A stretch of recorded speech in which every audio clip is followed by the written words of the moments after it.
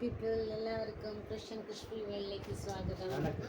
ഇതിപ്പം ഞാൻ ഈ ലോഗ് ചെയ്യുന്നത് എന്തിനാണെന്ന് വെച്ചാൽ നിങ്ങളിപ്പോൾ എല്ലാവരും അറിഞ്ഞിട്ടുണ്ടാവും, ഒരു 23 ഇയേഴ്സുള്ള കുട്ടി എന്താ ചെയ്തത് കണ്ട, ഒരു കുട്ടിയായി ഒരു ആമസോൺ കവറിലെടുത്തിട്ട് താണ്ടി വലിച്ചെറിഞ്ഞു. എന്തിനാണ് വലിച്ചെറിഞ്ഞത്? അവരമ്മ വന്നു വാതിൽ മുട്ടി പറഞ്ഞപ്പോൾ കുട്ടി പേടിച്ചിട്ടാണ് വലിച്ചെറിഞ്ഞത് അല്ലേ? അതെന്താ അതിൻ്റെ അർത്ഥം? അവർ പാരൻസിനെയാണ് കുറ്റം പറയാം.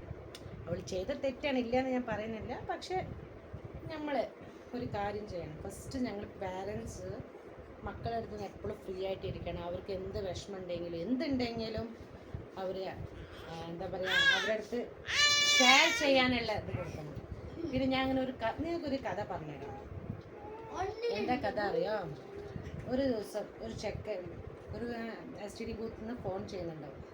അപ്പോൾ അയാൾ പറയും, മാഡം എനിക്ക് നിങ്ങളെ വീട്ടിലെ ഒരു ഇപ്പോൾ ജോലി ഉണ്ടല്ലോ, ആ ഗാർഡനറിൻ്റെ ജോലി എനിക്ക് തരുമോ, ഞാൻ നല്ലോണം ചെയ്യുമോ? അപ്പോൾ അയാൾ പറയും, ഇല്ല എനിക്ക് അവിടെ ആളുണ്ട്, അവൻ നല്ലോണം ചെയ്യുന്നുണ്ട്.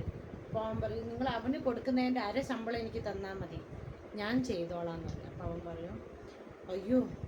അപ്പോൾ ആയമ്മ പറയും, വേണ്ട നമുക്ക് അവന് നല്ല തൃപ്തിയാണ്, അവൻ നല്ലോണം ചെയ്യും, എല്ലാം നല്ലോണമാണ്, അവൻ മതി എനിക്ക് എന്ന്.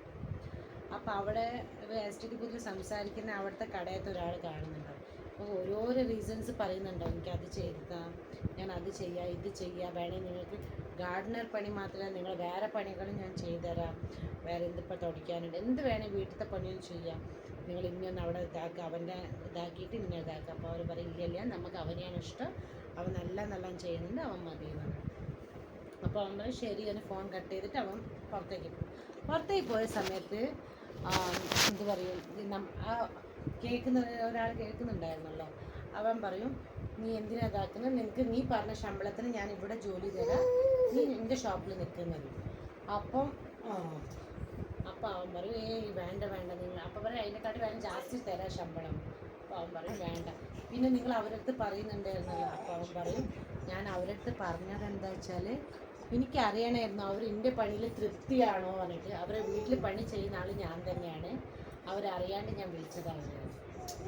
അപ്പോൾ അയാളെക്കുറിച്ച് എന്താണ് പറയേണ്ടതെന്നറിയില്ല. ഇതിലെന്താ മനസ്സിലാക്കുന്നത് പറഞ്ഞിട്ട്, നമ്മൾ ചെയ്യുന്നത് അവർക്ക് തൃപ്തിയാവുന്നുണ്ടോ നമ്മൾ അറിയണം. അതേപോലെയാണ് പാരൻസ് മക്കൾക്ക് ഞങ്ങൾ പൈസയോ പൊന്നോ എഡ്യൂക്കേഷൻ എല്ലാം കൊടുത്തിട്ട് അമ്മയും അച്ഛനും ആവുന്നില്ല. അവരുടെ അടുത്ത് നമ്മൾ ഫ്രീ ആയിട്ട് നിന്ന് അവർക്ക് എന്ത് വിഷമമുണ്ടോ, എന്ത് സന്തോഷമോ വിഷമം എന്തും ഷെയർ ചെയ്യാനുള്ള ഒരു ധൈര്യം കുട്ടികൾക്ക് വേണം പാരൻസിൻ്റെ അടുത്ത്. സെയിം വേ, കാരണം ധൈര്യം വരണമെങ്കിൽ പാരൻസ് അവർക്ക് അത്രയ്ക്ക് സപ്പോർട്ടീവായിട്ട് നിൽക്കണം. അല്ലെങ്കിൽ ഈ കാലത്ത് ഭയങ്കര കഷ്ടമാണ്. ഇങ്ങനെ അതിനാണ് ഓരോരോ ഇപ്പോൾ കണ്ടത്. വേറൊരു കുട്ടി സെയിം 2 ദിവസം കഴിഞ്ഞിട്ട് വേറൊന്നായി. ഞങ്ങൾക്ക് 23 വയസ്സ്, അതും 23 വയസ്സ്, അതും ഒരു കുട്ടീനെ പ്രസവിച്ചു, അത് ഹോസ്റ്റലിൽ. പാരൻസിന് അറിയില്ല, ആർക്കും അറിയില്ല. നോക്ക്, എന്തോ ഭാഗ്യം ആ കുട്ടിക്കും ആ ജനിച്ച കുട്ടിക്കും ഒന്നും ആവാത്ത ആ ഫ്രണ്ട്സിനെ കൊണ്ട് ഒന്നും ആയില്ല അല്ലേ? സോ അതിന് നമ്മൾ ഫസ്റ്റ് പാരൻസ് നല്ല ഫ്രണ്ട്ലി ആയിട്ടിരിക്കണം. കുട്ടികളുടെ അടുത്ത് നമ്മൾ കുട്ടികൾക്ക് സ്വാതന്ത്ര്യം കൊടുക്കണം. പക്ഷേ എല്ലാം ഞങ്ങൾ അധികം കൊടുക്കരുത്. പറഞ്ഞിട്ടുണ്ടല്ലോ, അമൃതം വിഷമാണ് എന്നാണ്. അതേപോലെ നമ്മൾ കൊടുക്കുന്നത് എല്ലാത്തിനും ലിമിറ്റ് വേണം. പിന്നെ നമ്മൾ അവരെ ശ്രദ്ധിക്കുന്നുണ്ട് എന്നറിയണം. പിന്നെ അവർക്ക് പേടിയുണ്ടാകുമോ, ഞാൻ എന്ത് പറഞ്ഞാൽ അയ്യോ വേണ്ട, അമ്മയും അച്ഛനും പറഞ്ഞാൽ വെറുതെ ചീത്ത കേൾക്ക്, എന്തിനാ വെറുതെ. അപ്പോൾ നമ്മൾ ആരുടെയും പറയാം. അവർക്ക് പുറത്തത്തെ ആൾക്കാരോട് ഒരു ലിമിറ്റ് ഉണ്ട് പറയാൻ വേണ്ടിയിട്ട്. അപ്പോൾ അത് പറയാൻ വേണ്ടിയിട്ട് ഞാൻ പറഞ്ഞത് ഇത് മാത്രമല്ല, നോട്ട് ഓൺലി ഫോർ ഗേൾസ്, ബോയ്സിനും നമ്മളെപ്പോഴും ഫ്രീഡം ആയിട്ട് ഇരിക്കണം. കാരണം ഇപ്പോൾ ആ ചെക്കൻ്റെ വീട്ടിൽ ചെക്കൻ പറഞ്ഞിട്ട് അറ്റ്ലീസ്റ്റ് അവർ അച്ഛനും അമ്മയും വർത്തമാനം പറഞ്ഞിട്ടുണ്ടാവും അല്ലേ? അപ്പം പിന്നെ ഇപ്പോഴത്തെ ഒരു ഇതുണ്ട്, എന്താ പറയുക, അങ്ങനെയല്ല, എന്താ പറയുക, കല്യാണം കഴിച്ചിട്ടാണ് കുട്ടികൾ ഉണ്ടാവേണ്ടത്, കല്യാണം കഴിക്കാണ്ട് കുട്ടികളുണ്ടാവരുത്, കുട്ടികളുണ്ടായി അങ്ങനെയാണ് ഇങ്ങനെ. ഇപ്പം നമ്മൾ നോക്കുന്നുണ്ട് എവിടേക്കും ലിവിങ് ടുഗദർ അങ്ങനെ, അതൊക്കെ ഒരു പുതിയൊരു പേരാണത്. ഓക്കെ, ഇപ്പം നിൽക്കുന്നതും നിൽക്കാണ്ടിരിക്കുന്നതും വേറെ. കുട്ടികൾ ഉണ്ടാവുന്ന ദൈവം തരുന്നതാണത്. ഓക്കെ, ആ കുട്ടികളെ നമുക്ക് കൊല്ലാനുള്ള അധികാരമില്ല. സോ അറ്റ്ലീസ്റ്റ് ഇനിയെങ്കിലും പാരൻസ് നിങ്ങളത് എന്താ പറയുക ഒന്ന് ആലോചിക്കുക. ഇപ്പം കുട്ടികൾ വലുതായി എന്നോ, നിങ്ങൾ കുട്ടികൾ എപ്പോഴെങ്കിലും ഒറ്റയ്ക്ക് ഇരിക്കുമ്പോൾ ഒന്ന് അവരുടെ അടുത്ത് പോയിട്ട് കുറച്ച് നേരം സ്പെൻഡ് ചെയ്യും. കാരണം മക്കൾക്ക് പാരൻസിനെ ഇപ്പോൾ വന്ന് സ്പെൻഡ് ചെയ്യാൻ പറ്റില്ല. മക്കൾ ചെറുതാണെങ്കിൽ ഓക്കെ വന്നിട്ട് ഇതാക്കും. ഇപ്പോൾ പാരൻസ് അവരടുത്ത് സംസാരിക്കണം. ഇപ്പോൾ പറയും ഒരു വയസ്സായ പെണ്ണിൻ്റെ അടുത്ത് അച്ഛൻ പോകരുത്, ഒരു വയസ്സായ ആണിൻ്റെ അടുത്ത് അമ്മ പോകരുത്. ആരാ പറഞ്ഞത്? അച്ഛനമ്മമാർക്ക് മക്കൾ എപ്പോഴും മക്കൾ തന്നെയാണ്. ഈ ചെറിയ കുട്ടി ഇത് എത്ര വലുതായാലും നമുക്ക് കുട്ടിയാണ്. അതേപോലെ എല്ലാ മക്കളും അങ്ങനെ തന്നെയാണ്. ഇപ്പം നമ്മളെ മക്കളെ കാണുന്ന പോലെ തന്നെ ഞങ്ങൾ വേറെ മക്കളെയും കാണുന്നുണ്ട്. സോ അതിനാണ് ഞാൻ പറയുന്നത്, പ്ലീസ് പാരൻസ് ഒന്ന് ആലോചിക്കൂ.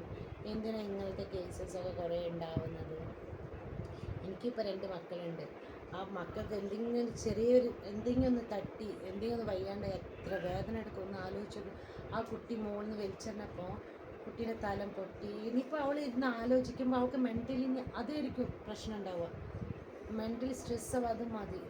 ആ ജീവിതകാലം മുഴുവൻ ഉണ്ടാവും ആ കുട്ടിക്ക്. അത് വേട്ടയാടും. ഇപ്പം നിങ്ങൾ പിടിച്ച് ജയിലിലാക്കിയോ അതാക്കിയോ പറഞ്ഞിട്ടല്ല. ആ കുട്ടി ജയിലിന് കഴിഞ്ഞിട്ട് എന്തെങ്കിലുമായിട്ട് പുറത്ത് വന്ന് കുട്ടി കല്യാണം കഴിച്ച്, പക്ഷെ ആ കുട്ടിയുടെ മനസ്സിൽ ഒരിക്കലും നമുക്കത് മറക്കാൻ പറ്റില്ല. അതാണ് ഞാൻ പറഞ്ഞത്. സോ പാരൻസ് പ്ലീസ്, ദയവായി ഞാൻ പറയുന്നു, നിങ്ങളെ മക്കളെ അടുത്ത് ഫ്രീ ആയിട്ട് നിൽക്കൂ. നിങ്ങളുടെ മക്കൾക്ക് ഷെയർ ചെയ്യാൻ പറയൂ. നിങ്ങൾ അവരടുത്ത് സംസാരിക്കും. എന്തെങ്കിലും ഉണ്ടെങ്കിൽ നിങ്ങൾക്ക് പറ്റാത്തതാണെങ്കിൽ പറ്റൂല എന്ന് പറഞ്ഞോളൂ. അപ്പോൾ അതിനൊരു സൊല്യൂഷൻ നിങ്ങൾ കണ്ടിട്ട് പറയണം. നിങ്ങൾക്കിപ്പോൾ അവർ വേണ്ട, ആ ചെക്കൻ ശരിയില്ല, ആ പെണ്ണ് ശരിയില്ല എന്ന്. പക്ഷെ നിങ്ങൾ ആലോചിക്കണം, അവരാണ് കൂടെ ജീവിക്കുന്നത്. അവർക്ക് നിങ്ങൾ അതിനെക്കാട്ടി നല്ലത് കൊടുക്കാൻ പറ്റുമെങ്കിൽ മാത്രം നമ്മളത് പറയാം. അല്ലെങ്കിൽ ഞങ്ങൾ അയ്യോ വേണ്ട അവനെ ചെയ്യുന്നത് പറയണേ, ഞങ്ങൾ വേറൊരാളടുത്ത് അവനെ കമ്മിറ്റഡാണ്, അവൻ അടുത്ത് കൊണ്ട് ഇതിന് കഴിപ്പിച്ച് കൊടുക്കാൻ പറയും. പക്ഷെ പോയിട്ട് അനുഭവിക്കുന്ന ആരാ? നിങ്ങളല്ല, നിങ്ങളെ മക്കളാണ്. അതിനാണ് കുറേ ഡിവോഴ്സ് കേസ് അത് ഇതൊക്കെ ആവുന്നത്. ഇപ്പം നിങ്ങൾക്ക് അങ്ങനെ എന്തെങ്കിലും കുട്ടികൾ പറഞ്ഞാൽ പറയും, ഞങ്ങൾ ആലോചിക്കാൻ മക്കളെ നല്ലതാണോ, നമ്മൾ പോയി അന്വേഷിക്കുക. അവരച്ഛനമ്മേൻ്റെ അടുത്ത് അന്വേഷിക്കുക. അടുത്ത വീട്ടിലാണ്, പക്ഷെ അടുത്ത വീട്ടിലെ ആൾക്കാരല്ല നമ്മളെ കൂടെ ജീവിക്കാൻ വരുന്നത്. അത് ആലോചിക്കുക. നമ്മളെ വീട്ടിലെന്താ സംഭവിക്കുന്നതെന്ന് നമ്മൾ അടുത്ത വീട്ടിലെ ആൾക്കാരത് ചോദിച്ചിട്ട് കാര്യമില്ല. സോ നമ്മൾ മനസ്സിലാക്കുക, നമ്മളെ മക്കളാണത്. അവരെ എപ്പോഴും നന്നായി ജീവിക്കണം എന്നാണ് വിചാരിച്ചിട്ടാണ് ഞങ്ങൾ പ്രസവിക്കുന്നത് മക്കളെ. സോ അവരെ നമ്മൾ നല്ല കൈകളിൽ എത്തിപ്പിക്കാനുള്ള റൈറ്റ്സ് നമുക്കുണ്ട്, നമ്മൾ എത്തിപ്പിക്കണം. സോ ചീത്ത വഴിയിലേക്ക് പോകാൻ ഞങ്ങൾ വിടരുത് അവരെ. ഇനിയെങ്കിലും ഇങ്ങനെ മക്കൾ മരിക്കാണ്ടിരിക്കട്ടെ. മക്കൾ എന്താ പറയുക, ഇങ്ങനെ ഓരോരോ പ്രശ്നങ്ങൾ ഞാൻ കാണുന്നുണ്ട്. കുട്ടികൾ ഒളിച്ചോടിപ്പോയി അവിടുന്ന് കുട്ടിയുടെ ശവം കിട്ടിയത്.